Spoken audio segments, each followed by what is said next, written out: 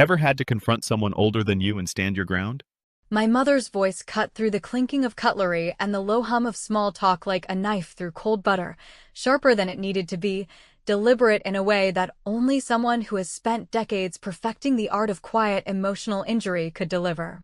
She said it with that smug, tired exhale she does when she wants the room to feel her disappointment as much as she feels it herself. At least your sister doesn't disappoint me daily. And just like that, I stopped breathing for a second. I didn't flinch, didn't look up, didn't even blink. I just kept passing the goddamn salad. It wasn't even about the salad. It never is. It was about everything behind it, the unspoken scoreboard she kept in her mind since I was probably 9, when I first talked back to her in front of guests, or maybe 15, when I told her I didn't want to be like her. Or maybe it was when I decided not to get married until 32, and when I did, it ended in divorce. Who knows which day exactly I lost the race. All I knew was that I stopped trying to catch up sometime in my 20s. But she never stopped keeping score. And Emily, my older, perfect, upstanding, got the family gene, mother of 2, PDA board, fresh pear-scented sister, never missed a lap. The dinner table was picture perfect in the most suffocating way possible. A turkey no one asked for in July, candles that smelled like guilt wrapped in cinnamon, and those napkin rings Mom only brought out when Emily came over. My father sat at the end of the table, silent as usual, chewing with a kind of absent effort that suggested he'd stopped tasting anything decades ago. Emily's husband, Ben, smiled with that stiff, polite gratitude of a man who married into a family he doesn't fully understand but has learned to survive in. The kids, 2 blonde boys with matching haircuts and names that start with K, were glued to their tablets, allowed this once because Grandma said, "It's better than them screaming." Classic logic. I hadn't planned to stay for dinner. My plan was to stop by, show face, maybe have coffee, and leave before the emotional residue started sticking to me again. But Emily's "you're not going to stay? Mom made your favorite." In that sing-song tone that always had a twist of sugar-coated guilt, reeled me back in. Except it wasn't my favorite.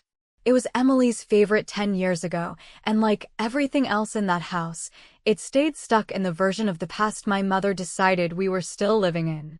So I sat, ate, smiled when it was required, and laughed when the moment begged for it, all while keeping a running commentary in my head of every invisible jab Mom managed to sneak in under the radar.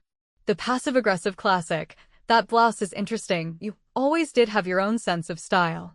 Or the performance review, "Well, at least you've always been independent." Some people just aren't meant for family life, I guess. And then, when Emily offered to clear the plates, probably just to move around, Mom turned to her, brushed a strand of perfect highlighted hair off her face, and said it loud enough for all of us to hear, "At least your sister doesn't disappoint me daily." There was a pause, just long enough for the air to thicken. Emily froze, plate in hand. My dad looked up, just for a second, then back down at his piece. Ben muttered something like, "Should I help?" and Emily waved him off. And me? I didn't say a word. I passed the salad bowl down to Ben and smiled, that tight, sealed lips kind of smile that says, "Don't worry, I'm used to this," and kept chewing. I know people expect some dramatic reaction in moments like that, a slammed fork, an angry outburst, a walkout, but I've learned that in this house, noise only feeds her. Silence unsettles her more. She can't stand it when she doesn't know if she won or not. And that's the trick. Let her wonder. After dinner, I washed the dishes even though no one asked me to. That was new. Mom raised her eyebrows, but didn't say anything, probably suspicious of the sudden display of domesticity. I dried my hands on the towel she insists is only decorative, another rule in the Book of Helen, and went out back to the porch for some air. It was the same porch where she used to sit and smoke Virginia Slims when she thought we were asleep, where I once found her crying when Emily left for college, and she realized the house would echo differently. I was 16. I asked her what was wrong. She told me to go to your homework, and never brought it up again. The night was quiet, humid, sticky. The kind of stillness that makes your thoughts louder. From where I sat, I could hear Emily on the phone, just around the corner in the side yard. I shouldn't have listened. But I did. Her voice was tight, brittle, the kind of tone you use when trying not to cry. She's doing it again, she said. No, I'm serious, she won't let it go. It's like she has to remind Sarah she's the screw-up or something. A pause. Don't say that. I know she's not innocent either, but this is Mom we're talking about. I stood up quietly and walked back inside before I heard anything more. I didn't need to. I knew that tone. I'd used it myself years ago, when I still cared enough to explain Mom's behavior to other people. Now, I didn't need to explain anything to anyone. The album came to me while I was brushing my teeth in the upstairs guest bathroom. I remembered it suddenly, like a leftover smell from childhood. A leather-bound photo album Mom used to keep under her bed, hidden but accessible, filled with curated family photos that made it look like we were something out of a Hallmark catalog. I hadn't thought about it in years, but I knew that it was still there.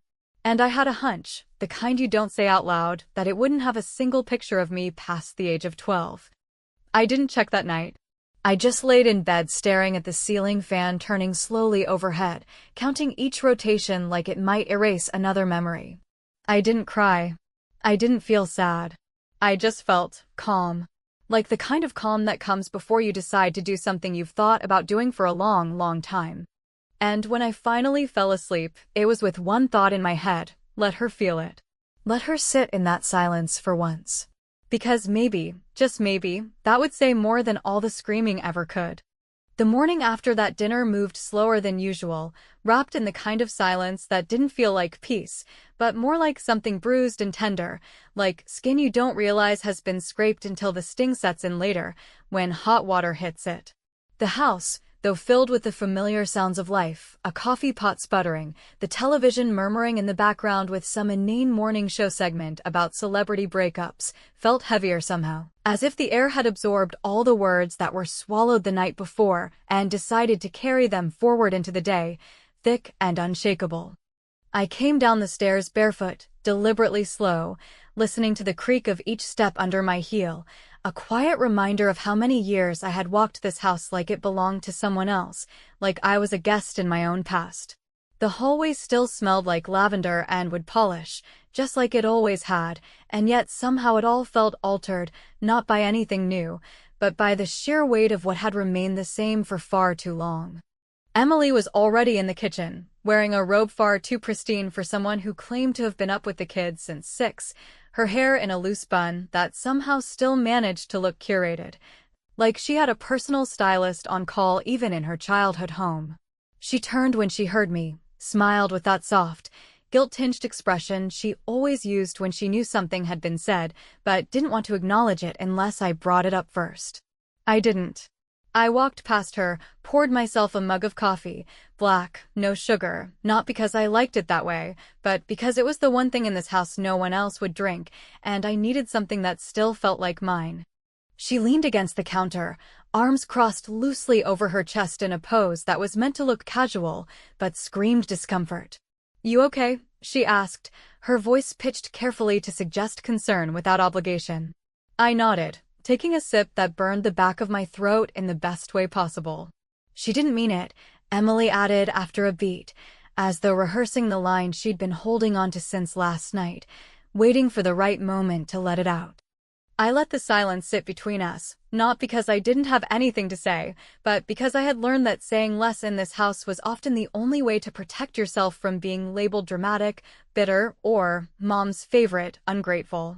After a few seconds, I finally replied, my voice low and even. "She's always been like that." Emily looked away, like she wanted to disagree but didn't have the energy, or maybe the guts.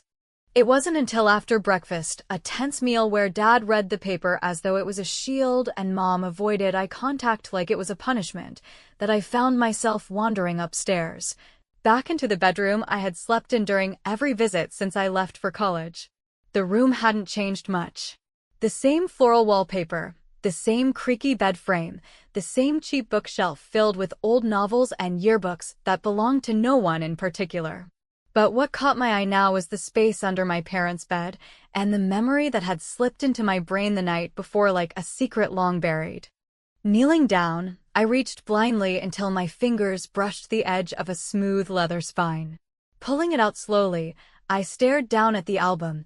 The familiar maroon cover faded from years of hiding, but otherwise intact.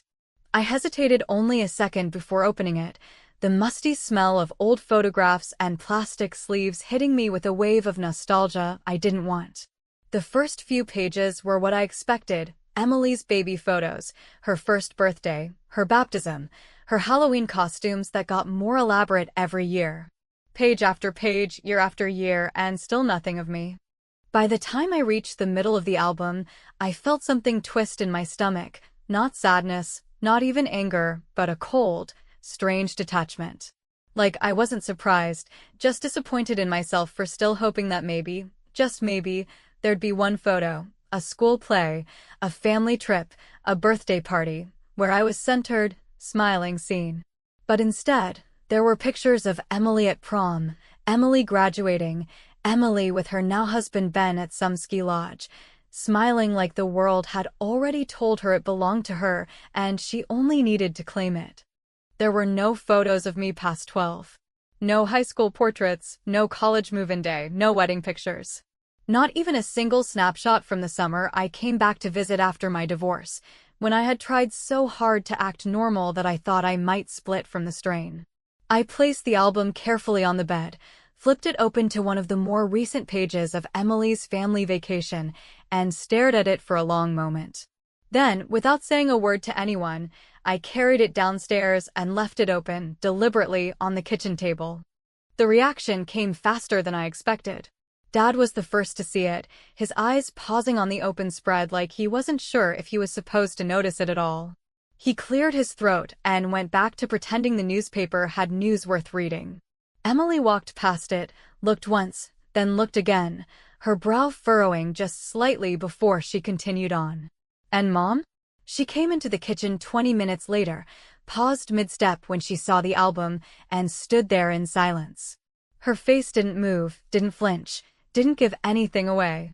She reached out, closed it slowly, and then walked out of the room without a word. I didn't follow her. I didn't need to. Because in that moment, I knew something had cracked, not broken completely, not yet, but cracked in the way a wall does before it caves in. And that was enough for now. Later, Emily found me sitting outside on the back porch again, nursing my third cup of coffee and watching the sun bake the garden Mom never let anyone else touch. She didn't sit, just hovered near the doorway, her arms crossed again like she was shielding herself from something.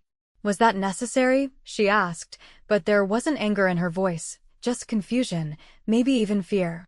I didn't look at her when I said, "You know she doesn't have a single picture of me past middle school?" She hesitated. "I'm sure that's not true." I finally turned to face her. "Is it though?" She said nothing, just looked away, the wind catching her robe and making it flutter like it might take her with it.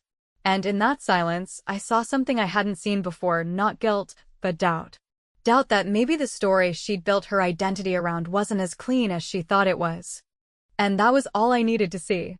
Because sometimes the first domino doesn't fall with a shove, sometimes all it takes is showing people the pieces they've been pretending weren't there at all.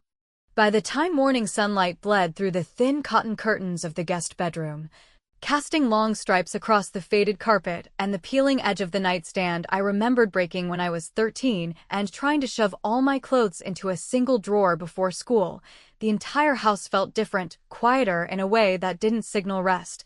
But something far heavier, as if all the noise that had always filled it, the endless hum of routine and rehearsed civility, had finally retreated, leaving nothing but the echo of things better left unsaid. The air was heavy, not with heat, but with tension, that creeping, suffocating kind of tension that's born not from yelling or fighting, but from the stillness that follows an emotional hit no one admits happened. I hadn't spoken to my mother since the moment she walked away from the kitchen the day before, after seeing the photo album laid open like a wound across the table she used to demand be spotless, organized, untouched by anything that didn't scream perfection. I had no intention of breaking that silence either, not because I thought it would make her think or make her feel regret. That ship had sailed a long time ago, sometime between my last Christmas at home and the day I stopped calling on my birthday. but because I had learned the power of letting someone stew in the mess they created without offering them the courtesy of a cleanup crew. It was still early when I came downstairs, the house muffled, the usual clinking and bustling of breakfast prep conspicuously absent, and for a moment I wondered if maybe everyone had just gone. But then I saw Emily's phone buzzing silently on the kitchen counter, vibrating in slow, frantic bursts as messages popped up one after another until, eventually, my own phone lit up and I saw her name flash across the screen. "Emily, what did you say to Mom? She's been in her room all night." The message hit harder than I expected, not because of its content, but because of what it implied, that something I had done or hadn't done had unseated the fragile balance that kept this family spinning like a lopsided carousel, always a little off, always circling the same broken center. I stared at the text for a long time before replying, not with explanations or excuses, but with the only truth I had left that still felt clean. I didn't say a word. Because I hadn't. I didn't need to. Sometimes the quietest moments are the ones that scream the loudest. Emily came into the kitchen a few minutes later, dressed in running clothes she wouldn't sweat in, her expression tight, as if she had been practicing neutral concern in the mirror upstairs and still couldn't quite get it to sit right. She didn't say good morning. She just looked at me, arms crossed like a lawyer preparing for depositions, and asked again, this time aloud, "What did you say to her?" I didn't look up from my coffee. "Nothing." "That's not possible," she said, and her voice cracked just slightly, not with anger, but with something far more dangerous, uncertainty. "She won't come out of her room. She didn't even say goodnight to the boys. You must have said something." I turned then, slowly, deliberately, locking eyes with the sister I had shared a childhood with, a roof, a bathroom, and an endless comparison chart drawn up by a woman who couldn't love equally if her life depended on it. "No," I said, "but maybe that's the problem. Maybe silence is the only thing she's never been able to control." Emily faltered. "Just for a second." And in that second, I saw the shift, the beginnings of a crack in the narrative she had clung to for so long, the one where she was the peacemaker, the good daughter, the one who didn't make waves, didn't make mistakes, didn't make anyone uncomfortable. I knew she was unraveling, not in a dramatic, fall-apart kind of way, but in that subtle internal kind, where all the things you thought were solid suddenly feel like sand slipping between your fingers. "She's been crying," Emily said quietly, almost like she didn't mean to say it out loud. I could hear her through the door. "Last night. I've never seen her like that." I didn't offer comfort. I didn't pat her shoulder or say something hollow like she'll be fine. Because I knew something she didn't, or maybe refused to admit, that the tears weren't for me, or for her, or even for anything real. They were for the loss of a story, the collapse of an illusion that had kept her insulated from the truth for decades. And the thing about illusions is that once you see the strings, you can't ever look at the performance the same way again. Instead of responding to her pity, I asked a different question, one that had been sitting at the edge of my mind for longer than I could admit. "Did you ever wonder why she was so good to you? Or did you just think you earned it?" Emily blinked, caught off guard by the bluntness, and for a moment, her mouth opened, then closed, like she was cycling through a series of pre-approved responses and finding none of them quite fit anymore. "What's that supposed to mean?" she asked, though her voice was suddenly small. I shrugged, took another sip of coffee, let the silence settle again. "Nothing," I said. "Just curious." Later that afternoon, I found Dad outside trimming the hedge that hadn't grown in months, clippers moving with the distracted rhythm of a man who just needed something to do with his hands. He looked up when he saw me coming and gave a half-hearted smile, the kind you offer strangers in the grocery store aisle, not your daughter. I stood there for a moment, watching him pretend to care about the shape of dying leaves, before I spoke.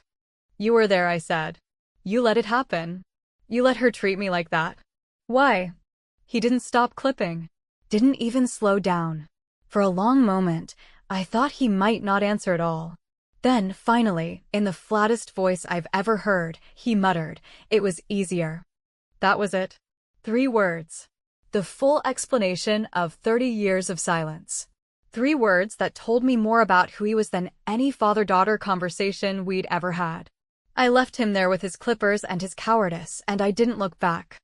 That night, I found Emily sitting on the porch in the exact spot I had been the night before, her arms wrapped around her knees, face drawn in a way that made her look far older than she ever let herself appear. The air was thick with the kind of quiet that follows a storm, not relief, not yet, just the unsettled calm that comes when you know the wind isn't done with you. She didn't look at me when I sat beside her, didn't speak. But after a minute, in a voice that barely rose above a whisper, she said, "I told her you found the album." I blinked, turned to her slowly. "I never said that." She looked at me then, and for the first time in what felt like our entire lives, I saw it, the truth, raw and unfiltered, sitting heavy in her eyes. "I know," she said.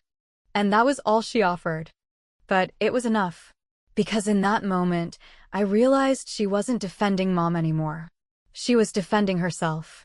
And that meant the foundation had already started to shift. The air that morning was heavy with something that wasn't weather, something more suffocating than humidity and more persistent than heat, the kind of atmosphere that wrapped around your skin like a memory you'd rather forget. Clinging to every breath like the house itself had decided to trap us in the residue of what we'd stirred up.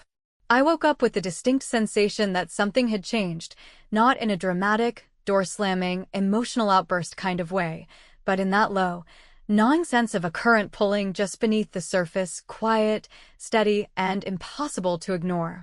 And it wasn't just the silence of a mother locked in her room or the detachment of a father trimming already dead hedges out of habit. It was Emily. She didn't come down for breakfast right away, which was unusual for someone who thrived on order, someone who scheduled her mornings with militant precision even when visiting our parents, someone who used routine like a shield against anything chaotic or unexpected. When she finally did appear, her face looked pale, not from lack of sleep but from some internal shift, something that had disoriented her sense of control. She sat across from me at the kitchen table, her coffee untouched, fingers wrapped tightly around the mug like she needed it to anchor her. She didn't say good morning, didn't ask how I slept, didn't even bother with the small talk that usually served as our armor in this house, and that's when I knew she had come to say something real, something she couldn't file away in a folder labeled family maintenance. For a long moment, we just sat there, the hum of the refrigerator filling the gaps between us, and then, without looking up, her voice came out quiet, unsteady, stripped of its usual polish. "I need to tell you something," she said, and just like that, I knew we were crossing into territory we hadn't visited since we were kids whispering secrets under a blanket, back when it still felt like us against the world instead of her and Mom versus me. I didn't rush her. I didn't prod. I just waited, sipping my coffee and watching her fidget with the edge of her napkin like it might unravel some alternate timeline where everything had turned out different. She didn't ease into it. She didn't set the stage with soft words or qualifiers. She just said it. "I got pregnant when I was 19. Her eyes flicked up to meet mine, as if waiting to see judgment, but I didn't offer any. I just let her keep talking. It wasn't Ben. It was someone from college. It was messy, stupid. Mom found out before I even figured out what I was going to do. And instead of asking me what I wanted or what I needed, she just took over. I felt the floor beneath me shift, not because the news shocked me. I'd always suspected there were pieces of Emily's life that didn't fit the story she told, pieces that didn't align with the curated image our mother so desperately clung to. But because the truth wasn't what struck me, it was the way she told it, like a confession soaked in shame that wasn't even hers. She told everyone I went to Europe for a semester, Emily continued, a hollow laugh escaping her lips that carried no humor, only exhaustion. She made up this whole thing, posted pictures of some girl she met online, said it was me in front of the Eiffel Tower. When I came back, everything had changed. I owed her. That's how she said it. "You owe me now." My chest tightened, not with anger, but with something colder, the realization that while I had spent decades trying to earn love from someone who never intended to give it, Emily had been drowning in the illusion that she had it, only to find out it had strings attached the entire time. It wasn't that Mom loved her more. It was that she needed Emily to be perfect so she could justify everything she'd done, so she could hold up Emily like a trophy, proof that she was a good mother, that her choices had worked, that her narrative was intact. "It wasn't me she loved," Emily said finally, voice cracking like a plate left too long in the heat. "It was the story. The version of me that never made mistakes, never embarrassed her, never had to be forgiven." I didn't speak right away, not because I didn't have anything to say, but because I wanted the words to sit between us, real and raw and undeniable. Then, slowly, I said the only thing I could. "She loved what you represented." I don't think she ever saw either of us clearly. Emily let out a long breath, like she'd been holding it in for years. "I hated you, you know," she said, without malice, just honesty. "I resented how you fought her. How you didn't play along. I thought you were selfish. Difficult. But maybe you were just surviving." "I was," I said simply. "And you were obeying." Neither of us cried. We just sat there, side by side, two daughters finally stripped of the roles we had been assigned and forced to perform. There was no redemption in that moment. No great reconciliation. Just the quiet understanding that neither of us had escaped unscathed, and both of us had been used in different ways to prop up the lie our mother needed more than she ever needed us. As the day dragged on, the house remained in that eerie stillness, the kind that made every sound, a door creaking, a chair scraping, a sigh, feel magnified and intrusive. Mom never came out of her room. Dad never asked what was going on. Ben took the boys out for ice cream, probably sensing the storm he had no interest in getting caught in. And Emily and I hovered around the edges of something that felt like truth, afraid to fully step into it because we knew that once we did, there was no going back to the script we had both learned to recite. Just before dinner, as I was putting dishes back into cabinets I hadn't opened in years, Emily came into the kitchen and said quietly, "I told her you knew. That you found the album." She didn't elaborate, didn't try to soften the impact of the words, didn't offer any explanation for why she had thrown me under the bus that way. I turned to her slowly, my voice low and deliberate. "I never said that." She nodded, guilt clouding her face in a way that suggested this wasn't the first time she had used me as a shield to deflect Mom's wrath, only the first time she regretted it. "I know," she said. And in that small admission, something shifted again, not forgiveness, not yet, but the first brick in a wall finally coming loose. Because now the lie had been spoken aloud. And once a lie is out in the open, it can't go back to being a secret, no matter how tightly you try to seal the cracks. The final morning settled over the house not like a sunrise, but like a curtain falling at the end of a poorly directed play, not with applause, not with resolution, but with the dense, oppressive silence of an audience that doesn't know whether to stay seated or slowly file out, wondering if they missed something important, or if the whole thing was meant to end on that unresolved note all along. The sun outside was bright, almost cruel in its contrast to the emotional dimness that seemed to drape itself over every piece of furniture and every doorway in that house. Like grief had come knocking, but no one wanted to open the door long enough to name what exactly had died. I packed my things quietly, methodically, folding each item with the sort of care reserved for rituals you want to distract yourself with, where every action is deliberate, not because it needs to be perfect, but because you need to keep your hands busy enough to avoid thinking too hard. I didn't hear any footsteps from my parents' bedroom, didn't catch the familiar sound of Mom's slippers shuffling down the hall or her voice calling out reminders or demands or passive-aggressive observations about how much sugar Emily's kids were eating. There was none of it. Just stillness. A stillness so complete that even the birds outside seemed hesitant to break it, as if they sensed that whatever lived inside those walls had finally cracked wide enough for something ugly to start leaking out. I thought, for a moment, about knocking on her door, about saying something, anything, to puncture that void, but the thought passed as quickly as it came. I had nothing left to say to her, and whatever she might have wanted to hear from me, I wasn't going to give it. Not now. Not after everything. Sometimes the loudest thing you can offer someone is your refusal to participate in their narrative anymore. Downstairs, the kitchen looked exactly as it always had, spotless, curated, designed for performance rather than function, but now there was an uncanny sense of abandonment, as if all the energy that had once gone into maintaining appearances had finally drained from the room. The table was cleared, the counters gleamed, but it felt less like cleanliness and more like erasure.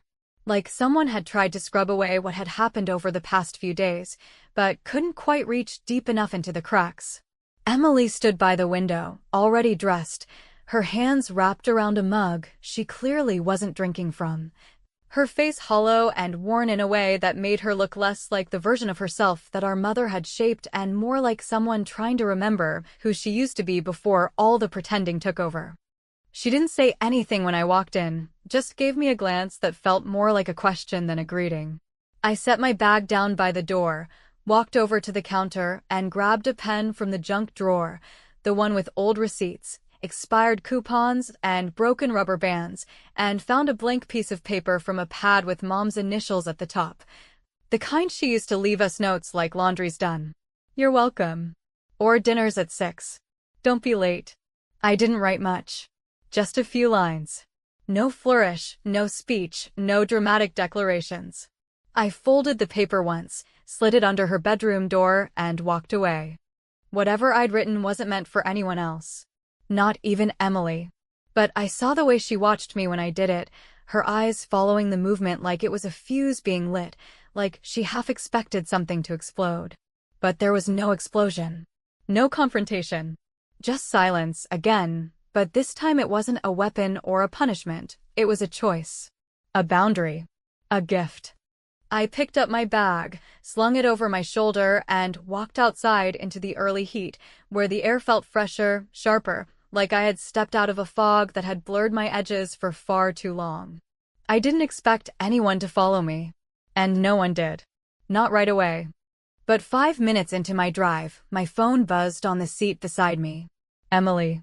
Her message was short, clipped, as if she didn't trust herself to say more. "What did you write to her?"